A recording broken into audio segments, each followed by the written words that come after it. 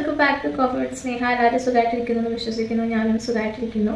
അപ്പോൾ ആദ്യമായിട്ടാണ് വീഡിയോ കാണുന്നതെങ്കിൽ ലൈക്ക് ചെയ്യാനും കമൻറ്റ് ചെയ്യാനും സബ്സ്ക്രൈബ് ചെയ്യാനൊന്നും മറക്കണം എന്ന് പറഞ്ഞുകൊണ്ട് നമുക്ക് ഇന്നത്തെ വീഡിയോയിലേക്ക് പോകാം. സോ ഇന്നത്തെ വീഡിയോ എന്ന് പറയുന്നത് നമ്മുടെ ദിലീപിനെ കുറിച്ചാണ്. ദിലീപ് പുതിയൊരു കോൺട്രവേഴ്സി ആയിട്ട് വന്നിട്ടുള്ളത് നിങ്ങളെല്ലാവരും തന്നെ അറിഞ്ഞിട്ടുണ്ടാവുമെന്ന് വിചാരിക്കുന്നു.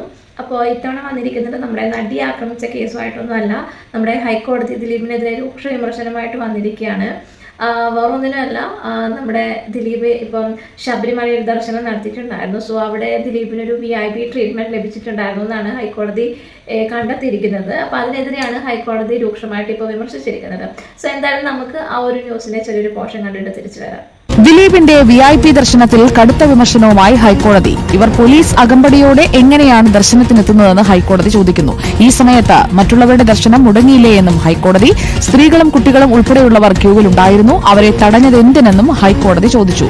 സോ ഇവിടെ വരുന്ന ദിലീപിന് മാത്രമല്ല, ദിലീപിനെ പോലെ തന്നെ മറ്റു പല സെലിബ്രിറ്റീസും നമ്മുടെ ശബരിമലയിൽ എത്തിച്ചേരുന്നുണ്ട്. ഇവർക്കെല്ലാം തന്നെ ഇതുപോലെയുള്ള VIP ട്രീറ്റ്മെന്റ്സ് ലഭിക്കുന്നുണ്ട്.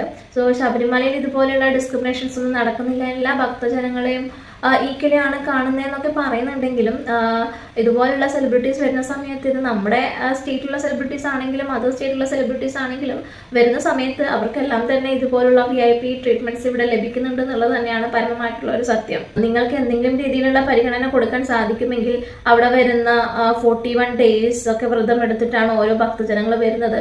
അങ്ങനെ വരുന്ന കുഞ്ഞു മക്കളുണ്ട്, അതുപോലെ തന്നെ ഭയങ്കര ഏജ്ഡ് ആയിട്ടുള്ള അച്ഛന്മാരുണ്ട്, അമ്മമാരുണ്ട്, ഡിസേബിൾ ആയിട്ടുള്ള ഫിസിക്കലി ചാലഞ്ചഡ് ആയിട്ടുള്ള ഒരുപാട് ആൾക്കാർ വരുന്നുണ്ട്. സോ അവർക്കൊക്കെ എന്തെങ്കിലും രീതിയിലുള്ള പരിഗണന നിങ്ങൾക്ക് കൊടുക്കാൻ കഴിയുകയാണെങ്കിൽ അത്തരക്കാർക്കാണ് കൊടുക്കേണ്ടത്, അല്ലാതെ ഒരുപാട് പൈസ സമ്പാദിച്ചവർക്കല്ല നിങ്ങൾ എന്തെങ്കിലും രീതിയിലുള്ള പരിഗണന കൊടുക്കേണ്ടത്.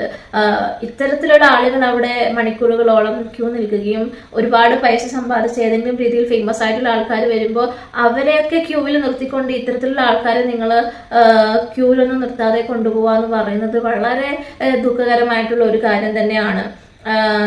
എല്ലായിടത്തും ഡിസ്ക്രിമിനേഷൻസ് ഇന്നത്തെ സമൂഹത്തിൽ നടക്കുന്ന ഒരു കാര്യം തന്നെയാണ്.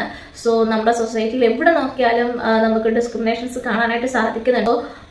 ഇതുപോലുള്ള അമ്പലങ്ങളിലും ദൈവത്തിന്റെ മുന്നിലെങ്കിലും അറ്റ്ലീസ്റ്റ് നിങ്ങൾ എല്ലാവരെയും ഈക്വലായിട്ട് കാണാനായിട്ട് ശ്രമിക്കുക, എല്ലാവരും ഈക്വലായിട്ട് ട്രീറ്റ് ചെയ്യുക. സാധാരണക്കാരായിട്ടുള്ള ഭക്തജനങ്ങൾ അത്രയും ബുദ്ധിമുട്ടി വ്രതമെടുത്ത് മലകൾ ചവിട്ടി എത്രയോ മണിക്കൂറുകൾ, ഒരു ദിവസം 2 ദിവസമൊക്കെ പീക്ക് ടൈമിലൊക്കെ ക്യൂവിൽ നിന്നിട്ടാണ് ദർശനം അവർക്കൊക്കെ ലഭിക്കുന്നത്. സോ അത്രയും ബുദ്ധിമുട്ടാൻ തയ്യാറായിട്ടുള്ള ആളുകൾ മാത്രം ശബരിമലയിലേക്ക് പോയാൽ മതി എന്നുള്ളതാണ്. പിന്നെ ഇത് ശബരിമലയിൽ മാത്രം കാണപ്പെടുന്ന ഒരു കലാപരിപാടിയൊന്നും അല്ല. ഗുരുവായൂരിലും അതുപോലെ തന്നെ പല അമ്പലങ്ങളിലൊക്കെ ഇത് ഈ ഒരു രീതിയിലുള്ള കലാപരിപാടി കണ്ടുവരുന്നതായിട്ട് ഞാനും കണ്ടിട്ടുണ്ട്. ഞാനൊരു 3-4 months മുന്നേ ഗുരുവായൂരിൽ പോയിട്ടുണ്ടായിരുന്നു. അപ്പോൾ ഞങ്ങൾ 5-6 പേരുണ്ടായിരുന്നു. അപ്പം ആ ഒരു സമയത്ത് ഞങ്ങൾ ഒരു 2-3 മണിക്കൂറൊക്കെ ക്യൂവിൽ നിന്നിട്ടാണ് നമുക്ക് അവിടെ ദർശനം ലഭിച്ചിട്ടുണ്ടായിരുന്നത്. ആ ഒരു സമയത്ത് 1000 രൂപ കൊടുത്തിട്ട് ഒരുപാട് ആളുകൾ 5 മിനിറ്റ് കൊണ്ട് തന്നെ ദർശനം കണ്ട് തിരിച്ചു വരുന്നത് ഞങ്ങൾ അവിടെ കണ്ടിട്ടുണ്ടായിരുന്നു. സോ ഹൈക്കോടതിയുടെ അടുത്ത് എൻ്റെ ഒരു റിക്വസ്റ്റ് ആണ്, ദയവ് ചെയ്തിട്ട് നമ്മുടെ ശബരിമല മാത്രം ഫോക്കസ് ചെയ്യാതെ ഇതുപോലുള്ള ഗുരുവായൂർ അമ്പലം അതുപോലുള്ള അമ്പലങ്ങൾ ഏതൊരു ആരാധനാലയത്തിലും ഇതുപോലത്തെ ഡിസ്ക്രിമിനേഷൻ നടക്കുന്നുണ്ടെങ്കിൽ അതിനെതിരെയായിട്ട് ഇതുപോലെ പ്രതികരിക്കുകയും അതിനെതിരെയുള്ള നടപടികൾ സ്വീകരിക്കുകയും ചെയ്യണം എന്ന് ഞാൻ റിക്വസ്റ്റ് ചെയ്യുകയാണ്.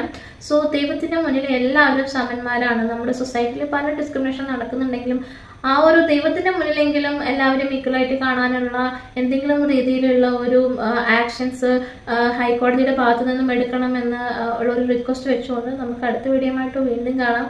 അതുവരേക്കും ബൈ ബൈ.